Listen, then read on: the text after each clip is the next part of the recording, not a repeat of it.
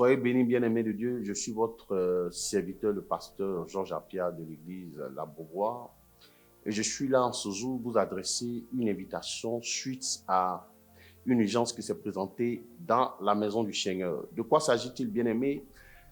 Nous assistons ces derniers temps sur la toile à une moquerie, à une raillerie de la part de nos frères musulmans à l'encontre de notre Seigneur, de notre Dieu.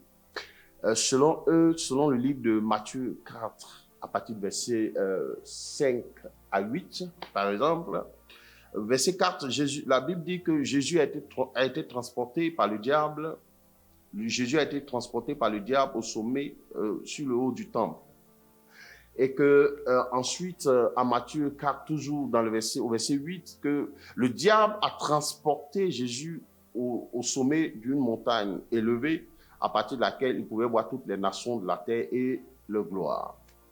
Alors donc pour eux, qu'on leur explique comment est-ce que Jésus qui est Dieu peut-il être transporté par le diable. Et donc ça devient sujet de moquerie, sujet de raillerie.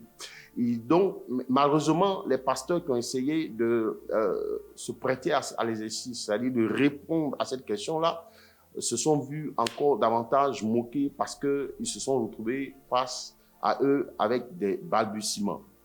Et donc, le Seigneur nous envoie à répondre donc à cette question. Il ne nous envoie pas pour donner une réponse aux musulmans, non, mais à affermir ceux de la maison. Parce que, bien aimé, effectivement, à les écouter, à les entendre, et lorsqu'on fait même la lecture de Matthieu 4, 6 et 5 et 8 ensuite, on peut être amené à se poser des questions, on peut croire qu'ils ont raison et on peut se prêter à leur jeu, on peut tomber donc dans leur jeu. Et cela peut créer un doute, cela peut semer un doute dans notre esprit. Et donc, comme Jésus a dit à Pierre, il dit en Luc 22, verset 31 à 32, il dit, Satan vous a réclamé pour vous cribler comme du froment, mais moi j'ai prié pour toi. Et toi, quand tu seras affermi tes frères. Donc le Seigneur ne nous envoie pas donner une réponse aux musulmans. Non, ce n'est pas cela qui nous a appelés.